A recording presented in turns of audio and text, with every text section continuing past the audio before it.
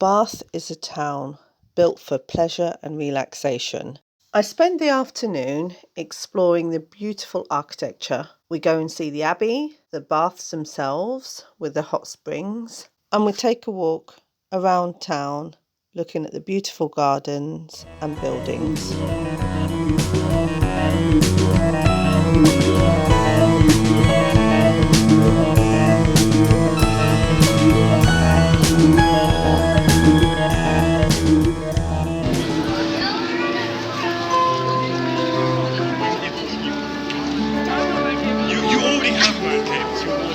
Yeah, but it's not like a black.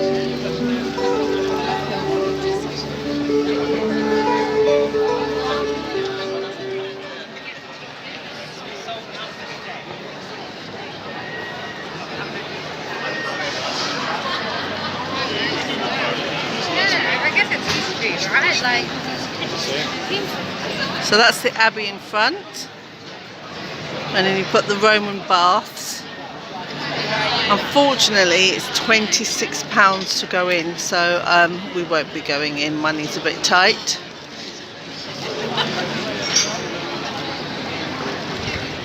We'll go into the Abbey though. The city of Bath itself is a UNESCO World Heritage Centre.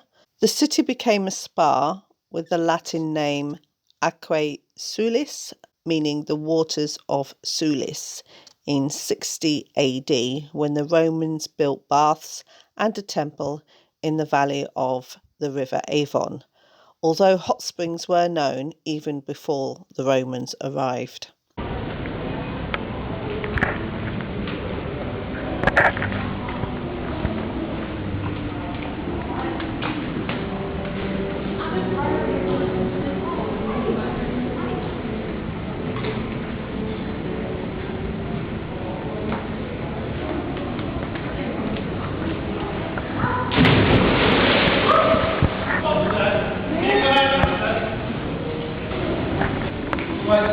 I need you to stay right where you are, please. Okay, I want you not to move. I need to find a letter so we can write it for your doctor. Okay, stay right where you are. Do not move. The reasons why people are not allowed to jump in the bath is that it is lined with lead. And in 1978, a girl died of meningitis because she swam in these baths, so it has since been banned.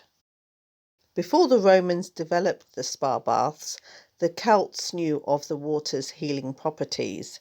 The geothermal springs provided Romans with a source of heat, so an old-fashioned heating system was created. So the water was piped through the underground pipes they had a pump room and so on, and this created heat that would heat up the homes of the local area and the areas of the baths. So we went into the Abbey.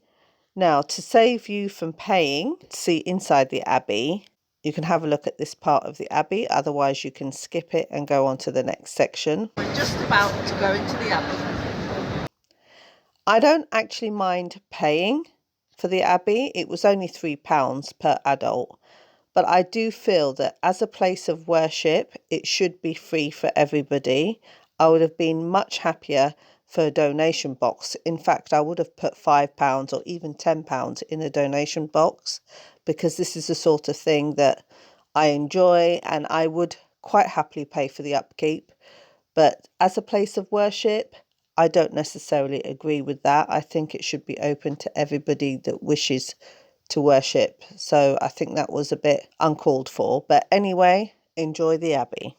So a bit of history about the Abbey. Founded in the 7th century, it was reorganised in the 10th century and rebuilt in the 12th and 16th centuries. Major restoration work was carried out by Sir George Gilbert Scott in the 1860s. It is one of the largest examples of perpendicular Gothic architecture in the West Country. Inside the Abbey, you will see many memorials. It is home to 1,526 memorials, to be precise, 635 on the walls and 891 on the floor. These poignant tributes commemorate people from all walks of life, not just famous ones, from the Chiltern family who were plumbers in Bath in the early 19th century to US Senator William Bingham.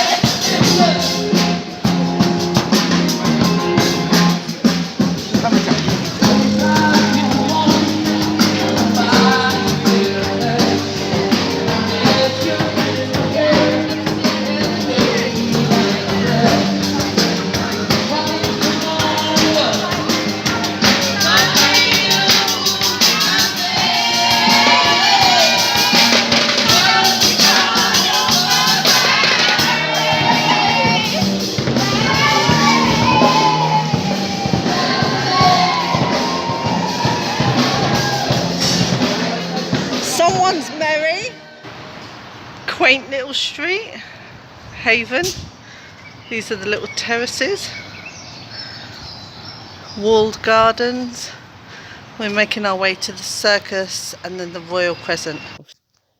During the 17th century, the claims from the hot springs and their natural properties, Bath became extremely popular as a spa town in the Georgian era. And you can see the Georgian architecture everywhere, crafted from Bath stone. And this includes the Royal Crescent, the circus, the pump room and the assembly rooms as well. It's very pretty. This is the circus.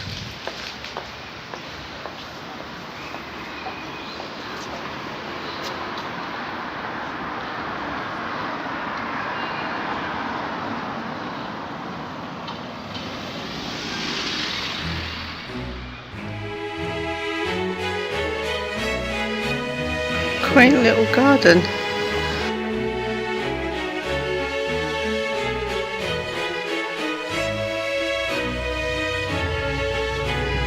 Have you seen inside there? Have you seen the two little arches? There's actually, the one's been blocked up. 3 arches. The famous Royal Crescent. Yep. So I'm going to walk round and then I'll find somewhere nice. Okay. I'll walk around and then I'll find somewhere nice to Oh, we've got tickets for that, but it's closed. Oh well.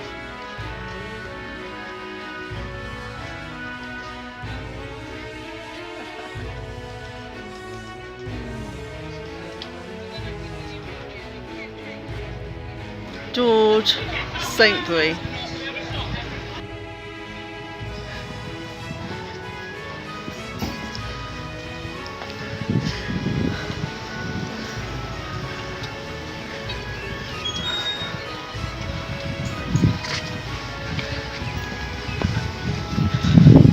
So the architect of the Royal Crescent was John Wood Jr., 1767 to 1775.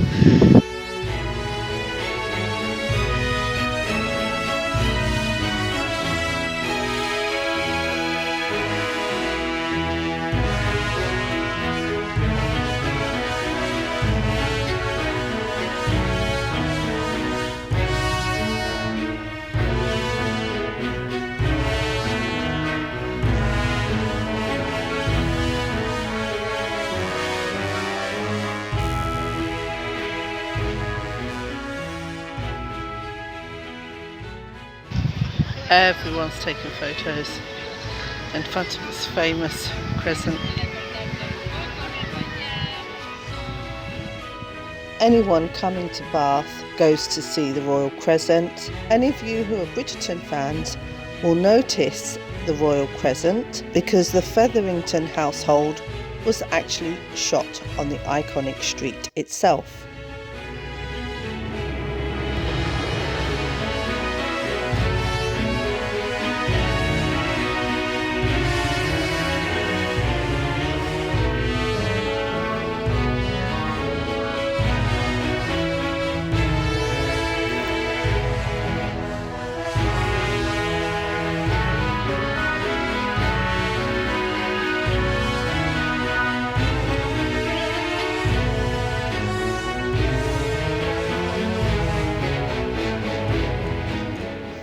Notice the bandstand in the corner as we walk through the park, making our way back to the car park.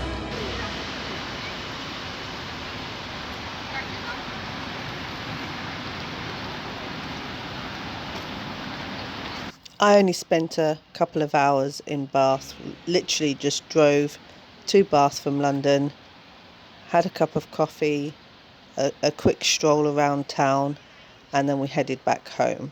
But it is certainly a place that I will come back to and explore properly later on. I would like to go to Bath and do the boat trip. I think this is quite awesome. So have a look at this footage that I found of where the boat is coming through. It is really interesting.